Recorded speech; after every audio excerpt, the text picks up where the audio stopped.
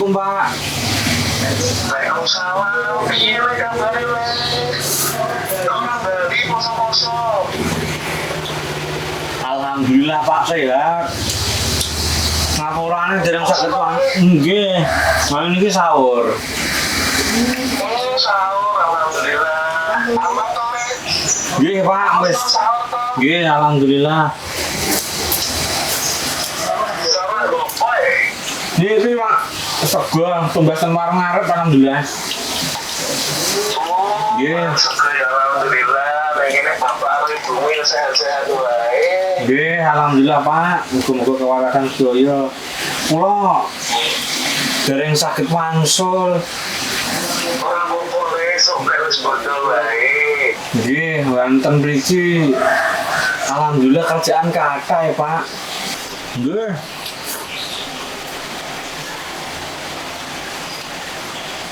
Nggih. Sehat-sehat teng omah nggih, Pak. Waalaikumsalam.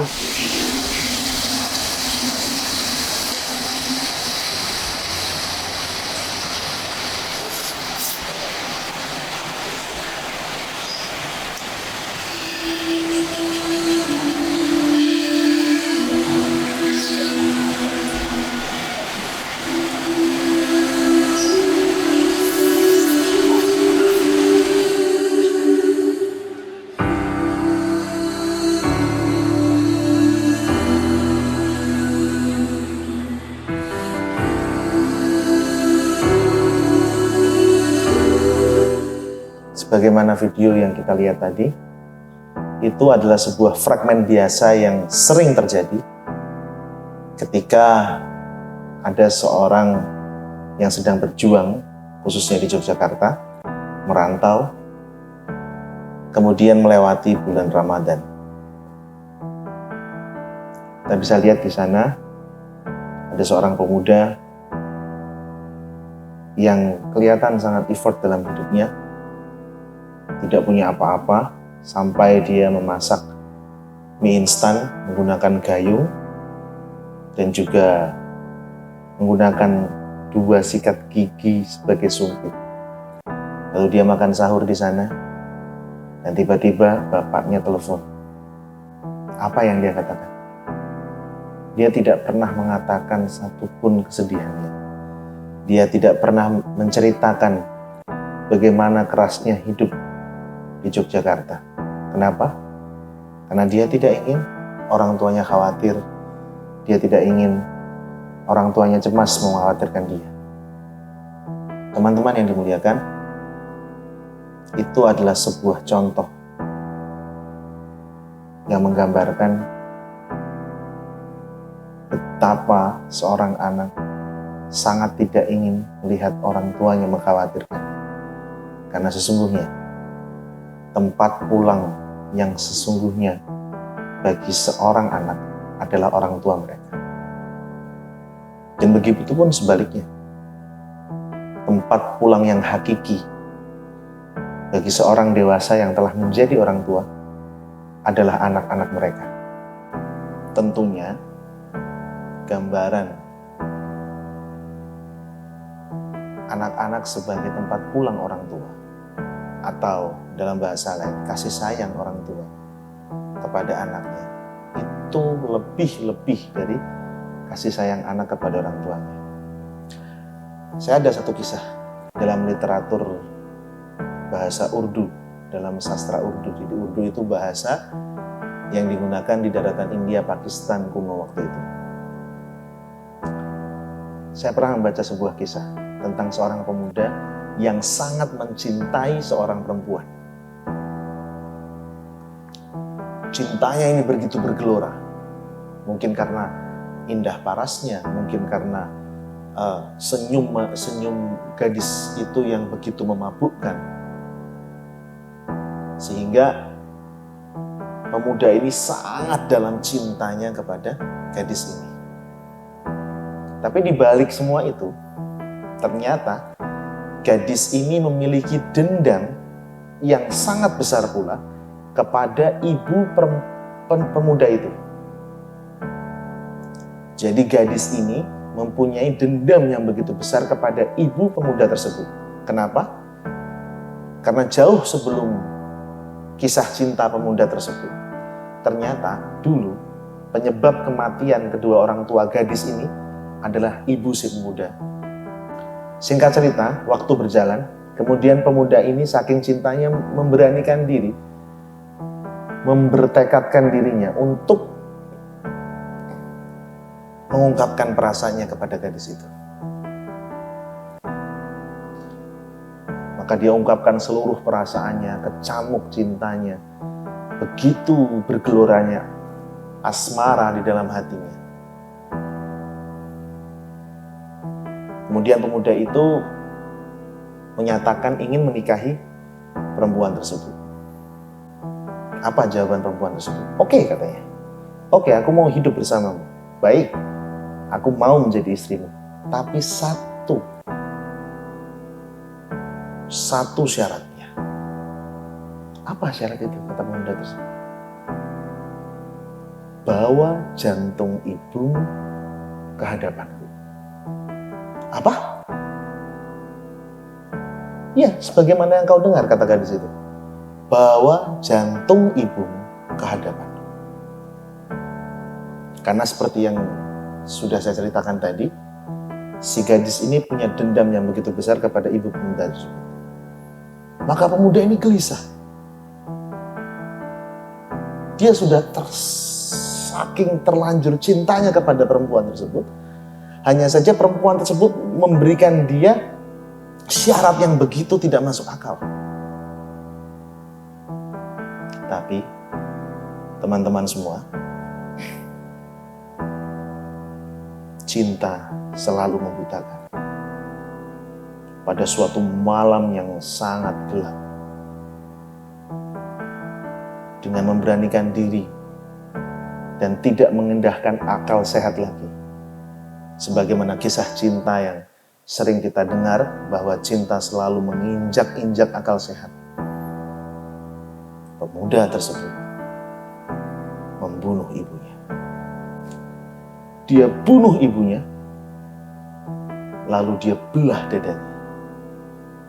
Dia ambil jantung ibunya tersebut, kemudian dimasukkan ke dalam peti, dan malam itu juga saking gelisahnya karena melakukan satu kesalahan besar dalam hidupnya, dia langsung berlari menuju rumah gadis yang dia cintai tersebut.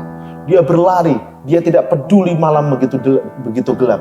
Dia tidak peduli harus melewati hutan, dia tidak peduli harus melewati lembah. Dia lari terus.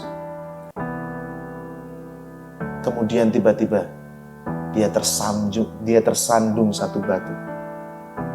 Karena dia tersandung satu batu, maka dia jatuh, berguling-guling. Kemudian badannya terantuk-antuk batu yang keras, sehingga beberapa permukaan kulitnya ada yang lecet, ada yang berdarah, dan segala macam. Dan kotak kayu yang berisi jantung ibunya tersebut keluar dari peti itu. Lalu dia sempat pingsan sesaat. Lalu dia dibangunkan satu suara. Ada satu suara yang merintih, yang terdengar sangat pelan, sangat halus, sangat lembut. Ye bace, ab koi baat nahi hai. Ye bace, ab koi baat nahi hai. Nak, kamu gak apa-apa kan? Nak, kamu gak terluka kan? Sayup-sayup dia dengar suara itu. Lalu dia terbangun, pelan-pelan terbangun. Dia mencari-cari sumber suara tersebut. Dari mana datangnya? Padahal suara tersebut terus-menerus menanyakan keadaan pemuda tersebut. Hebat ceh, abko hebat nih. Nak, kamu gak apa-apa kan? Dia cari sumber-sumber suara tersebut. Sampai pada akhirnya suara tersebut ternyata berasal dari jantung ibunya. Teman-temanku semuanya, begitu besar kasih sayang seorang ibu kepada anaknya, sampai-sampai walaupun seorang ibu ini telah disakiti oleh anaknya, walaupun seorang ibu ini bahkan telah dibunuh oleh anaknya, tapi jiwa yang masih ada di dalam jantung ibu tersebut masih mengkhawatirkan keadaan anaknya. Ke teman-teman yang mulia, itulah gambaran kasih sayang seorang ibu kepada anak. Maka benar jika saya katakan bahwa orang tua adalah tempat pulang sejati bagi anak-anaknya, dan anak adalah tempat pulang sejati bagi orang tuanya. Lalu bagaimana jika kamu adalah orang-orang yang sudah kehilangan orang tuanya, atau orang-orang tuanya telah mendahuluinya? Bagaimana juga jika kamu termasuk orang tua yang karena drama kehidupanmu yang begitu sulit sehingga kamu harus bercerai dengan pasanganmu, lalu kamu terpisah dengan anak-anakmu? Bagaimana jika kamu di posisi anak-anak yang tidak bisa menjadikan orang tuanya tempat pulang? Karena ketika mereka pulang ke orang tuanya, mereka tidak mendapatkan ketenangan. Karena yang mereka lihat dari kedua orang tua mereka hanyalah pertengkaran dan pertengkaran. Teman-teman yang dimuliakan, ada satu tempat pulang sejati yang merupakan tempat pulang seluruh manusia yang sering kita lupakan. Tempat pulang itu adalah Tuhan.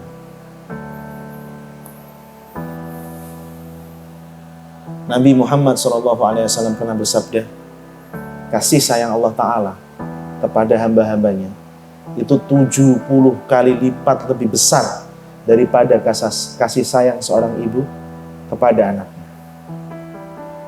Dalam literatur lain disebutkan bahwa Allah Ta'ala menghibur Nabi Muhammad SAW dengan perkataan, innani inda munqasarati qulub.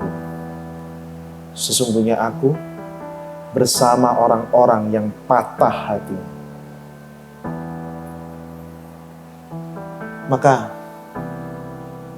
ketika kamu tidak punya tempat pulang, ketika kamu lelah, ketika kamu tidak punya tempat pulang, ketika kamu banyak masalah, ketika kamu tidak punya pulang, ketika kamu sudah putus asa atas kehidupan ini, ketika kamu tidak ada lagi tempat untuk mengadu kepada siapapun, ketika kamu tidak ada tempat untuk memulangkan semua beban dan kelelahanmu menjalani kehidupan ini, masih ada satu tempat.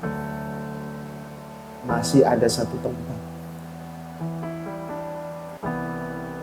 yang terbuka lebar untukmu. Dalam seluruh ayat Al-Quran, tidak ada satu kata pun, satu frasa dalam bahasa Arab pun yang bisa diartikan pulang. Ke rumah misalnya akan dibahasakan idhabu ilal bait atau yadhabuna ilal daril bait. Pulang bukan pulang, yadhabu tetapi pergi ke rumah, atau yadhabuna ilal daril bait, pergi ke kampung halaman. Tidak ada satupun frasa yang bisa diterjemahkan pulang dalam bahasa Indonesia kecuali satu frasa dalam Al-Quran. Inna lillahi wa inna ilaihi raji'un. Sesungguhnya segala sesuatu adalah miliknya, dan kepadanya lah kita raji'un, akan pulang. Ramadan akan segera tiba. Masjid-masjid akan mengumandangkan ayat-ayat sucinya. dengarkanlah itu sebagai ajakan untukmu pulang. Saya, Mailana Sumarna, dari Exposure Studio, mewakili Exindo Pratama, Exposure Event Organizer, dan juga Volico Digital Print, mengucapkan selamat menunaikan ibadah puasa di bulan suci Ramadan 1445 Hijriah. Seberat apapun masalah hidupmu, seberat apapun kisah dan drama yang tragis dalam skenario hidupmu, seberat apapun kisah-kisah patah hatimu, tetaplah menyala dalam kepedihan-kepedihan itu, karena ketahuilah bahwa tempat pulang sejatimu, yaitu Tuhan, selalu menyertaimu.